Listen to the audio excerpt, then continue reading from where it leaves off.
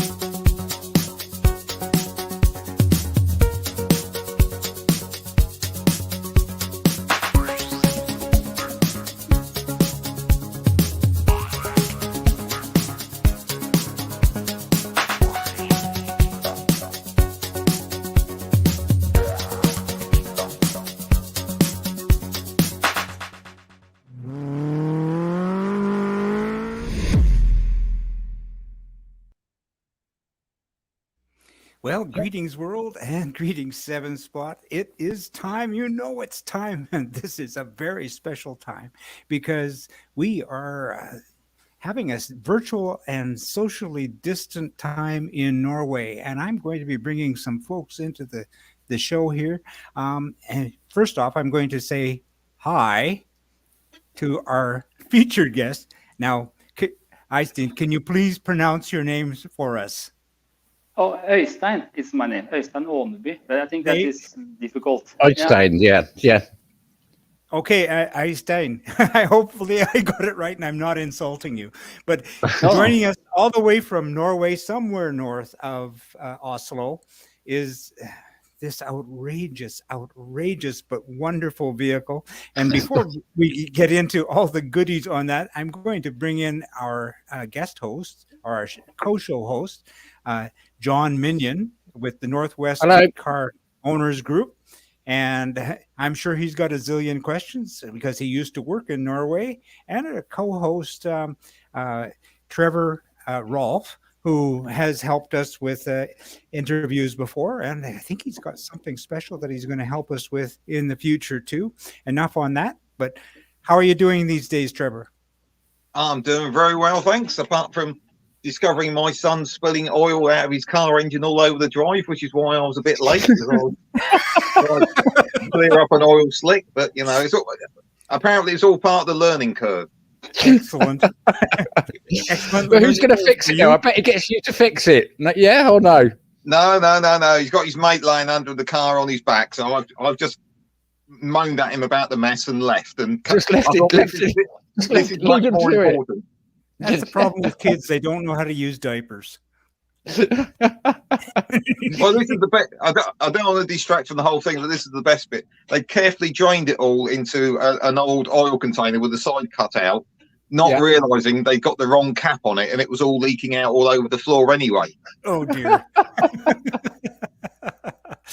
I despair. I think you did right to walk away from that. Yeah. This was much more interesting. Someone that's got a V12 engine in it, like that, he can do what he wants on here. Well, that's 7 litre as well. I don't know of another 7 that's got an engine as big as that in, if I'm honest. Well, that's exactly what we have to jump into. First off, Eystein, can I ask you, first off, why? No, first I want to build. I always want to build a Lotus Super 7. I've been thinking about it for many years, and then I also want to build a car with a special engine. I think this match pretty good together. Yeah. And did with you have the engine lying around, or did you buy it specially, or? No, I just bought it not in the mind I didn't know what kind of car I want to build when I bought the engine. I just bought it. Okay. Yeah. Yeah. And with I mean, that's a low cost space frame. You scaled it up, obviously, some size. How did you come by the plans, or did you do that yourself? No, that I did myself. I just scaled out everything 30% of what is in this how to build your own low cost book, this Heinz book. Cool. What an amazing car. And the engine, I know that we had brief conversation online. It had some head difficulties. I know that you sent me a startup on it, and you've sent the head off. I don't know if you had a valve issue or what the issue was, but you had the head skimmed or something, or yeah. The story was that when I bought the engine, I bought it unseen on an auction, and I just had to drive down to Denmark and pick it up. And instead of starting with look into how the condition of the engine, I did just decide to build so much that it was too late to turn around if it didn't work. And so when I started up, I get some surprises, but nothing that was impossible to fix. And one of these was this valve. It was one valve seat was broken. It was broken. So need to fix it. Yeah, it was broken. It was just missing the whole area where the valve. Yeah. And but you did manage to get it started anyway. It was amazing. Yeah, I started, and it was one of the head bolts was also broken, so it was leaking quite a lot of oil, and it was not running on all 12, of course. Wow, right. That's the first time I've heard that in person. It was not working on all 12.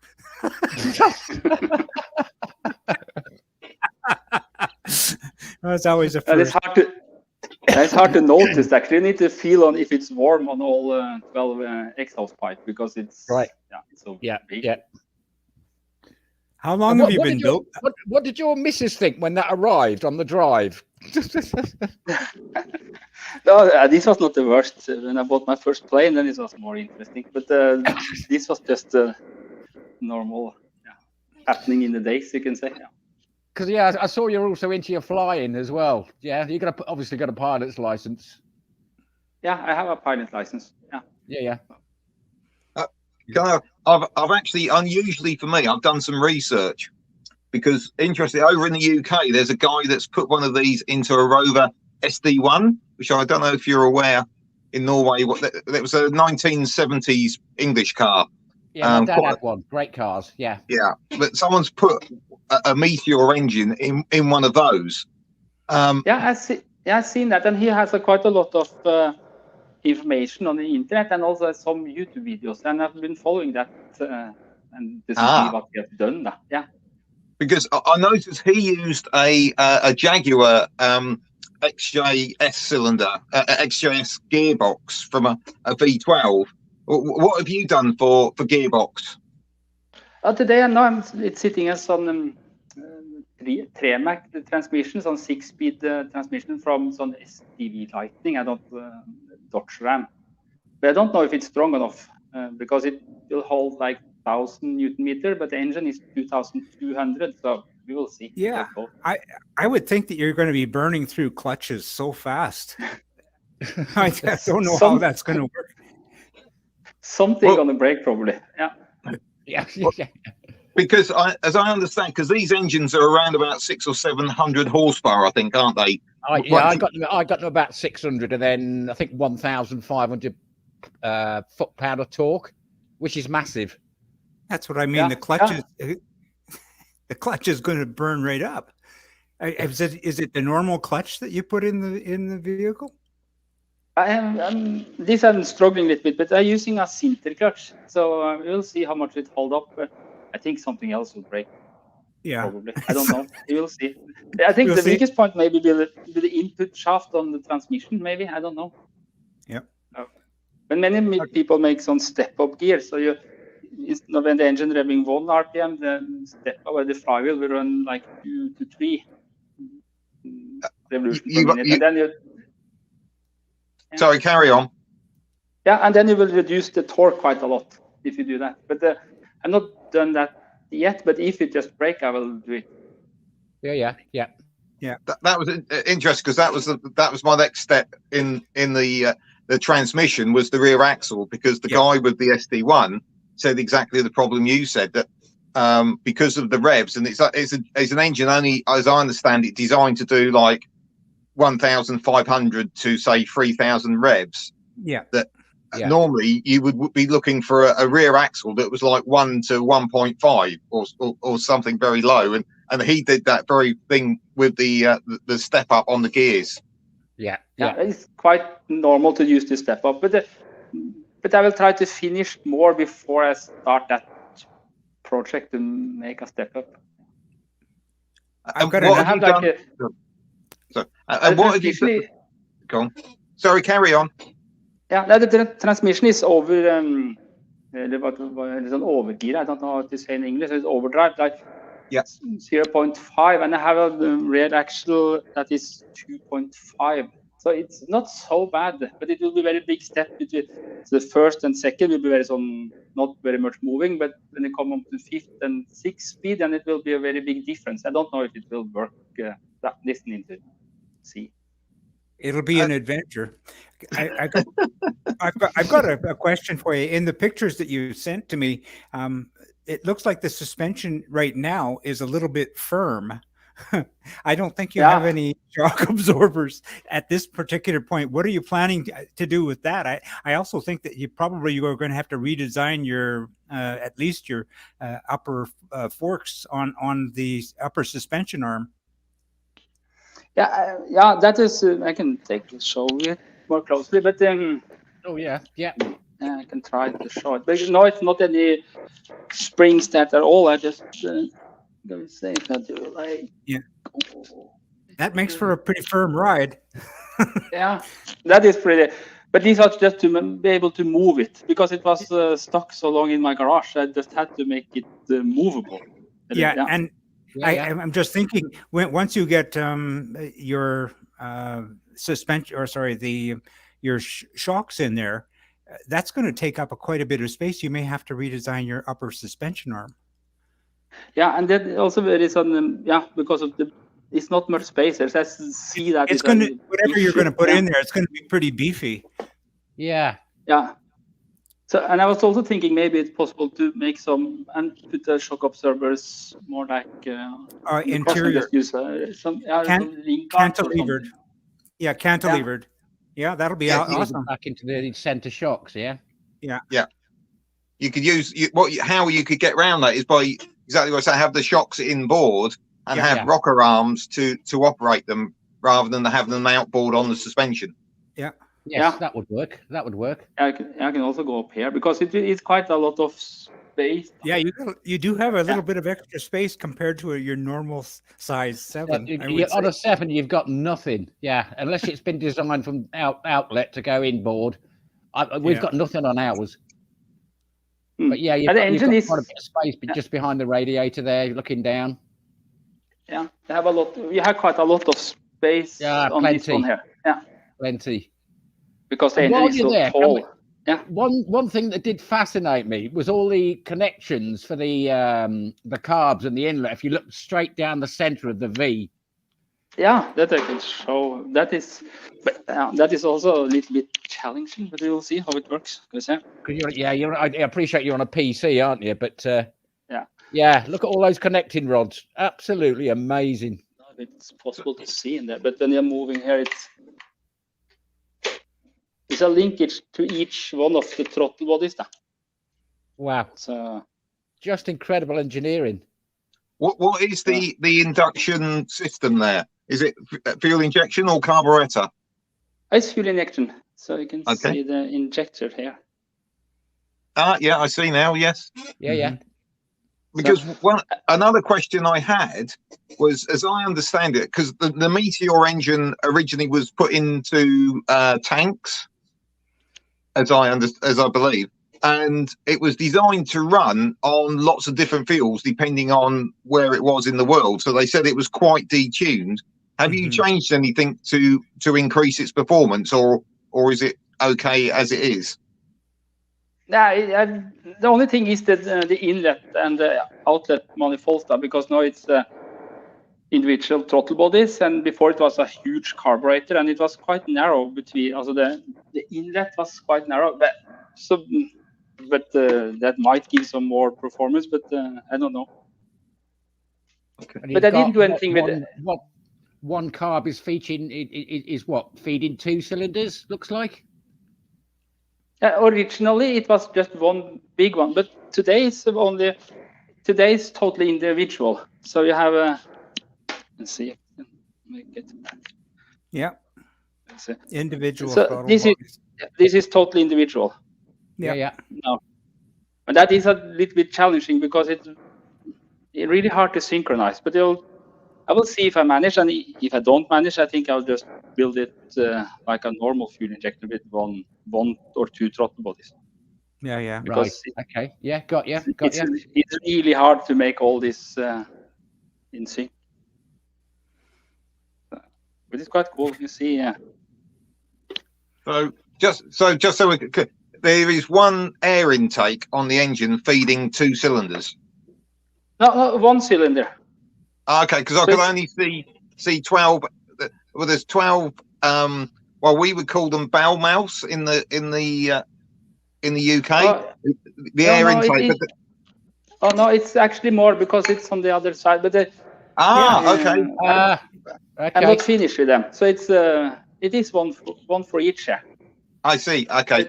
Okay. Totally. Okay. Yeah, I didn't spot that. Yeah. So they're the same thing. They're in a V, basically. Yeah, it is. Okay. Yeah. Right. Got you now. Yeah, I couldn't see that from the side shot. Wow. Yeah. That must take quite old. That must take some balancing. Yeah, that is challenging, and but we will see if it's possible. I will use it. Because I'm just thinking, you talk about balancing, and normally, you would think of in the UK to set something up like that is to take it to a rolling road. But I'm just in my head imagining that being strapped down to a rolling road. I had a similar thought, and I thought it would just tear the rolling road to pieces. Yeah. With 600 horsepower and 1,500 pounds torque, it would just demolish a rolling road. And the thing is, I see.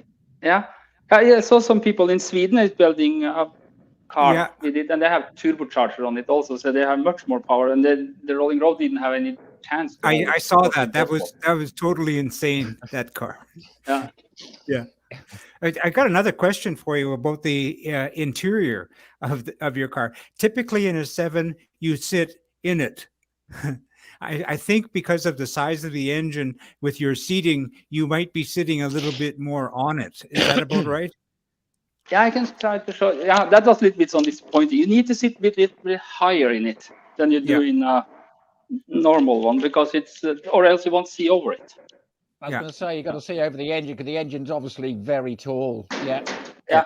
So I can try to see, but I made some, and I'm moving it, and then it's have to be like, how many inches could that be? Like 4 inches over the floor or something. I think it has to be the seat, or else it will be you don't see over, basically. You can just about squeak over the top of that. Yeah. It's a bit like one of those American sort of 70s and 80s hot rods with the big supercharger. Like muscle cars, with it. Supercharger stack or sticking out of the bonnet. Yeah. Well, that's so an option for you, I really try to not to make it too high though, but it is difficult. If you made it without individual throttle bodies, then you can lower it quite a lot. And I think it will be possible to not have any scoop on the hood. But we will see. I think it could be okay that it's open. No, it's a little bit messy here, but I think it could be cool if it just is open. Because and with regard to the steering, what rack are you using, and how many turns lock to lock do you have? In Norway, always use Volvo parts for everything. Okay. So it's a Volvo 740. That is my biggest issue is that you need to be wide enough to hit the geometry in the suspension. I even widen it a little bit and move this inner ball bearing a little bit out. So, but so I decided, it's not very tight. I was going to say that turns. I was thinking because of the weight of the engine up front that you might have trouble steering that, but that's very light on the steering. It's in the air, so it's 2.5 turns. It is. Oh, well, that's not so bad. Turns, yeah. Yeah, I was thinking that perhaps you had some sort of a truck steering arrangement in there, but obviously it's just Volvo. So there you go. Yeah, I don't think if it's possible to see, but it's just a normal Volvo, and it with power steering now, but it's not connected yet. So you can see. Okay, you are going to put power steering on it, but it's not connected, yeah. Yeah, but I had to widen it like 2 inches or something on each side to make this be in the center between. Yeah, I how to say that. Yeah. I got more dumb questions for you, Eystein. Typically, Colin Chapman said, "Add lightness." Not a track engine. How much do you project your car to weigh? Oh, then somebody need to calculate. But I try to keep it light, and the engine is not so heavy. It's totally aluminium. The engine. Oh, is it? Okay. So, so it's not. Yeah. Also, the engine. Also, if somebody calculate, it's 450 kilogram. Wow, that is like. I guess that's because it's come from the aircraft industry. Obviously, the Merlins and the Spitfires and God knows what, which would all have been aluminium. So yeah, I never knew they were all aluminium, but I can get it now. Yeah, so it's not so heavy, and I don't know if you will achieve like it is now. It's 1,200 kilogram, and I hope I will manage on 1,500 when I'm finished. Wow. Okay. But I am 3 absolutely times that. Yeah. Yeah, that's going to be a lot lighter than I had presumed. I thought it would. I thought that the Meteor was going to be a cast iron block, but it's not. That's what I thought. Yeah. Obviously, coming from an aircraft, it's not going to be, is it? So yeah, I get it now. Yeah, and when I take out the old carburetors and all the generators and the exhaust manifolds and everything, it was much lighter. Because that was not made any light. It doesn't run on a magneto pack then, does it? Not anymore. Now I'm just using. I can show that. So it's totally fuel injected. So now it's. I was wondering how you got that got that technology organized. That you must have spent many nights of research to figure that out. Yeah, and the firing order. I'm not used to V12, so I'm running with us on. Let's see if it's possible to see for you. On Omex fuel injection, and Omex have helped me quite a lot with how to programmere them. Fix that. So that's your that's ECU. That's the ECU that you're running, yeah. Yes. Yeah. Omex. Omex ECU, yeah. And did you program that yourself? They helped me with the basic configuration, and it's still missing a lot, but it's not firing and running, but still need. And I wonder what they said to you when you said you have a Rolls Royce Meteor engine and you want to run the Omex as its engine control. Did they roll their eyes a little bit, or? No. One of the reasons is that the guy you talked about with the SD1 Rover in UK, he's running this one, so I used the same as him, so they have some experience with it. Yeah. Yeah. Wow. What can we say? Wow. Well, my next question is: fantastic looking car. Looks like it's progressing well. 2 things. 1, what are you going to do with it when you finished it? And 2, is there any chance you'll be able to put it legally onto the roads in Norway? I think it's going to be hard to have it road legal because of the noise. I think that is my biggest challenge. I was going to say, we'll come on to that because I've heard it running. Amazing. Yeah. Yeah, and it's so much. I think you can manage to take away the exhaust noise, but it's really hard to all the engine noise just by the engine is running. Yeah. Wow. But what is your intention to use it for once it's drivable? Find something else to build, I think.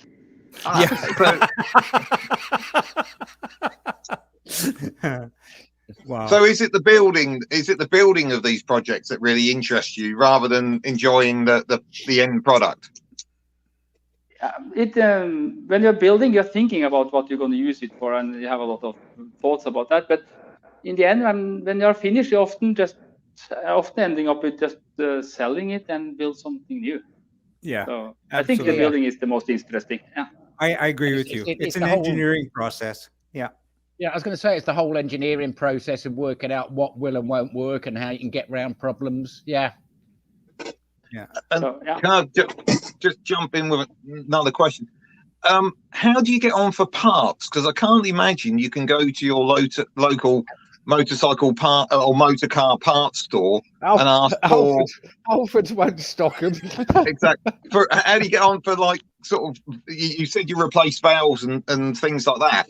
How do you get on for sourcing parts like that? Is there like an army tank spares department somewhere you can contact? It's some parts coming from the tractor pulling environment. As the people are using this in tractor, I've got some parts from them, and also is one guy in UK that has a lot of parts for this engine, and he helped me with the valve and the head stud. But so far, I didn't need so much part for the engine. The rest is for the car itself. It's Volvo and a lot of Chevrolet. American. Okay. Yeah.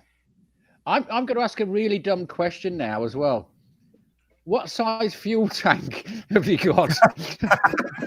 I can answer that. A big one. I can show it.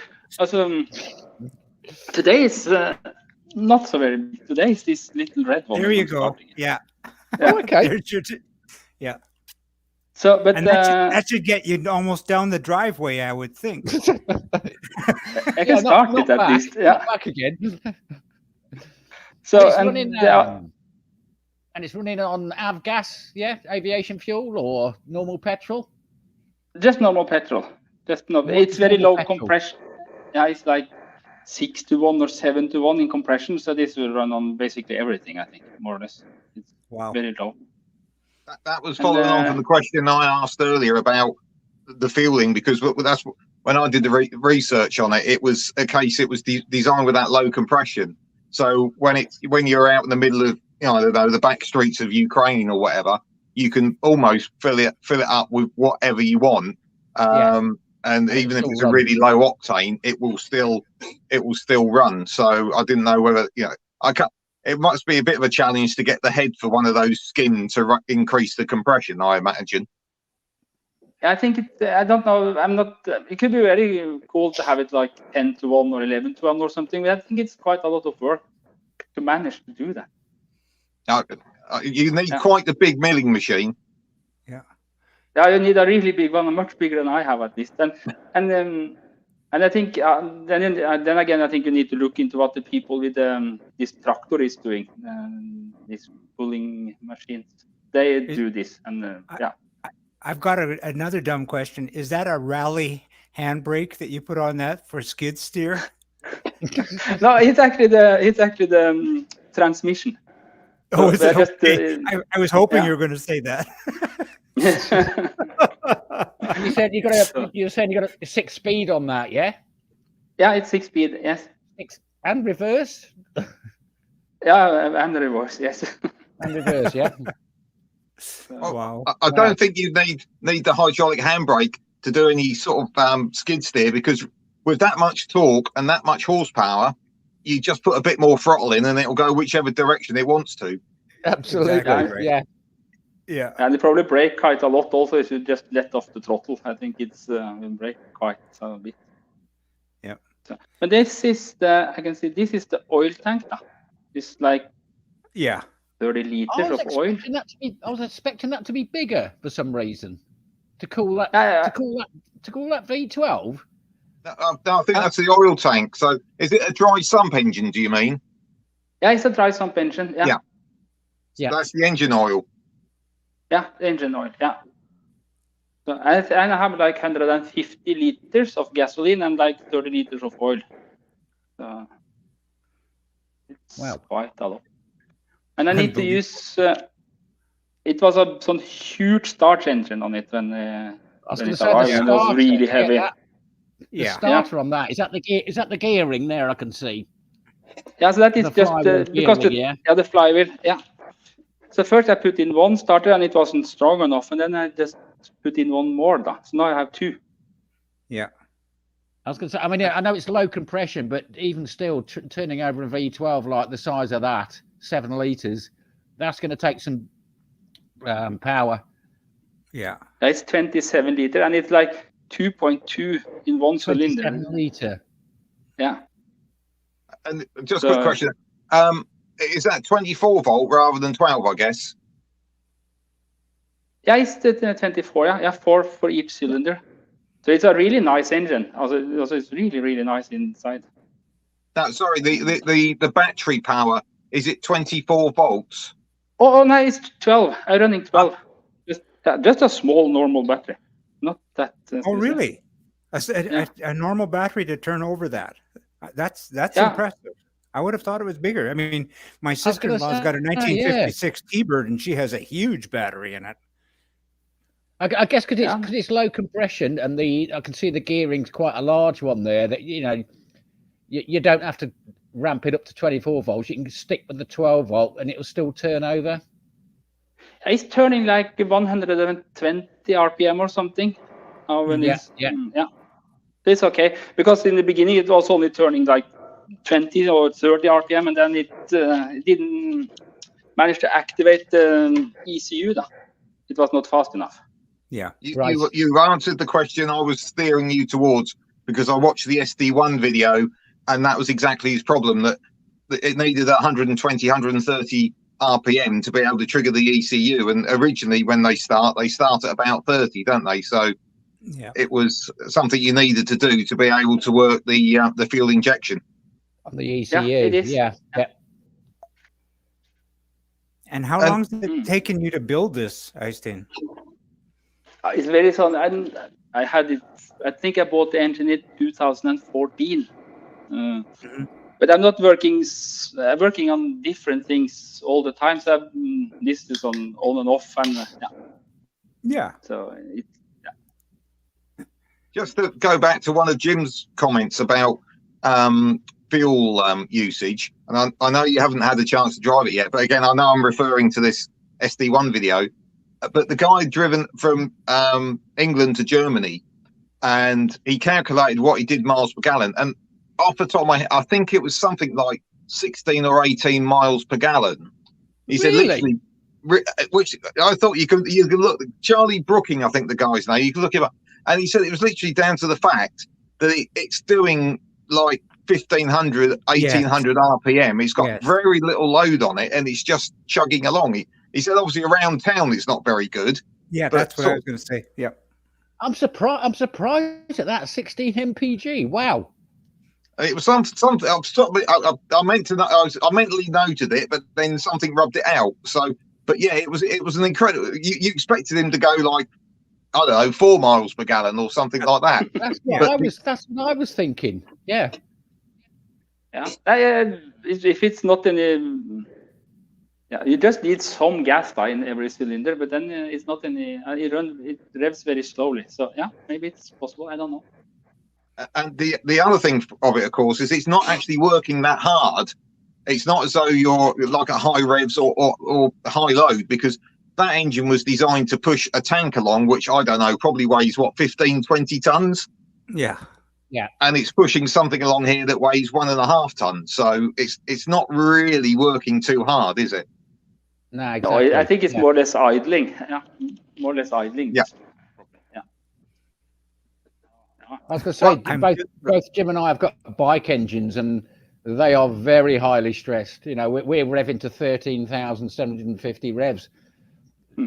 So our engines are getting quite a bit of abuse. But I can see that on that, if it's only around about the 1500 RPM mark, you're not going to be using a lot of fuel, and it will still. You've got the torque there as well. It will just keep, as you say, Trevor, just keep chugging along.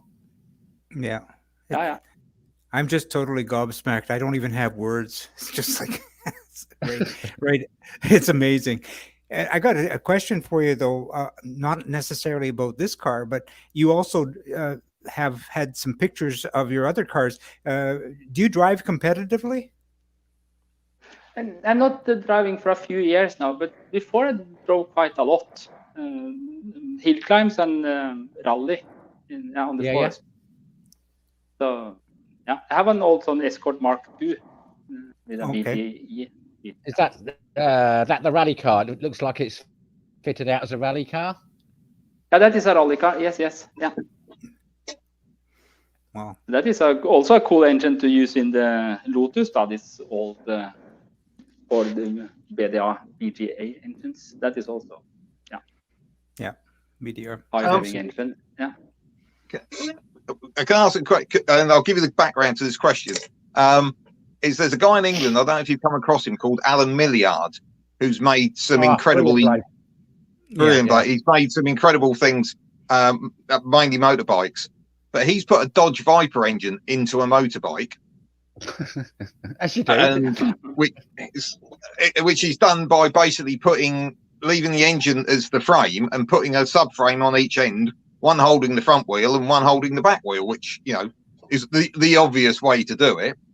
Now, what he had to do with that project, and when you look at it, you don't realise, is everything he had to scale up, including the size of the forks. Otherwise, and also things like the handlebars are a much bigger diameter tube, so it doesn't look like a pair of bicycle forks on the front of a Viper engine. So he scaled everything up to make it look like that. Have you had to do? I know you said you scaled up the chassis. Have you had to do that with, considering it like the wheels and tires, that you'll have to scale them up from what would normally be on a car like that? Because obviously things like the windscreen you'll have to make bigger, but then probably the steering wheel would have a normal sort of fairly small one. Yeah, I think the steering wheel that I will see. That is a little bit ahead, but the wheels are bigger because I think it's 19-inch instead of you're running on 15, maybe 13, 15. Yeah, so they are a little bit bigger. Yes, it's the suspension members that I'm thinking are going to have to get scaled up. Yeah. So everything is a little. I think it's around 30%. It fits pretty good all over. So, but how it will look in the end, it will be interesting, of course, when you have the hood and the fenders and everything, and then you'll see if it actually matched or if it's something looks a little bit off. So what are your plans on bodywork? Is it metal, glass fiber, or have you not got that far yet?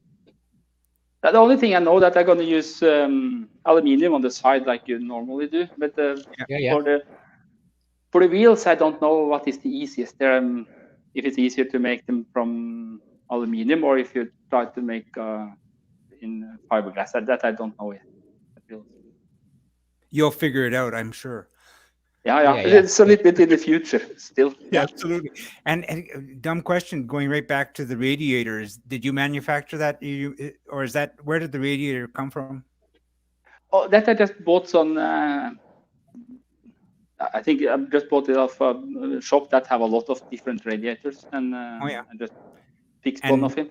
But I think today is only one radiator. But my plan is to have to put two together, because I'm sure it's not enough. But if I put two together, maybe it's enough, and because this creates a lot of heat. That's what I'm thinking. Say, even though it's all open at the moment, it's still going to create a lot of heat. Yeah, absolutely. Yeah. And you better make sure that you have all that air channeled right at the radiators. I was going to say, me with my sense of humour, I would have. We've got an auto park car chain called Halfords in the UK. Me with my sense of humour, I'd have just walked in and said, "Have you got a radiator for a Meteor tank engine?" And just to see the look on their faces. No, we've got 2 or 3 that we can weld together for you. Yeah. Well, that's. I mean, seriously, that is the other thing. It's the core size as well. If you can get a thicker core, a deeper core, you'll get rid of more heat. Yeah, I will see how it works, but my plan, at least in the beginning, is to just weld two together and see how it goes. Right, yeah. Got you. Yeah. And have you got an oil cooler on it as well? I guess. And not at the moment, but that is easy to fit because it's a dry sump engine, so it's Yeah. And the other question with the cooling system, does it have an inbuilt water pump, or have you got a separate electric one? I have a separate electric one because the one that was fitted on the engine, it was leaking water, and that again, I think it's hard to start to find parts for it. So I just bought an electric. Is that a supersized water pump as well?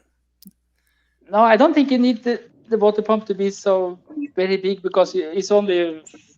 As if the water flow too fast, I think you don't will be able to cool water down. So I don't. That is also need to be tested to see how it works. Another daft question. I know we're firing a lot of questions at you. We do apologise. And all of them seem somewhat. I mean, we're just gobsmacked because it's such. Well, yeah, exactly. And the more I look at it, the more questions I think. On the cooling, what are you actually using for the cooling? Because I think, was it glycol they used to use in the aeroplane engines, or it's not just deionized water and a bit of antifreeze, is it? Or is it? Yeah, I think my plan is to just use normal antifreeze. Not if I'm gonna drive it on some kind of a track, then I don't think it's illegal with antifreeze in Norway. Then I think you just need to use just water. Yeah. So, but at the moment, it's nothing on it because I need to do some change it on it. But More dumb questions. I find that when you're building something, your skill set improves as you go along.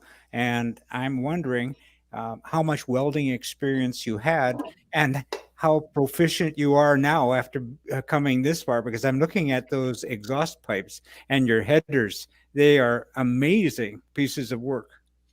And you made those yourself? Yeah, everything is made myself. I just bought pipes, and all the frame is also just too big. So you got two benders as well? No, it's not for the exhaust pipe. Then I just bought them finished. But for the frame, it's not any bends on it, more or less. It's more or less straight pipes all over. Wow. Now of course the welding, but it's pretty easy to weld this kind of material because it's quite thick now. I think it's more difficult to weld rusty cars. Yeah. Wow. So once you've completed this, what do you build next time? That I don't know. Then I should build on. Then I'm pretty sure I will build on normal Super 7. That is in the right size. Yeah, there you go. Yeah. Oh, we'll be tuned in. Yeah. So no, I need to have a.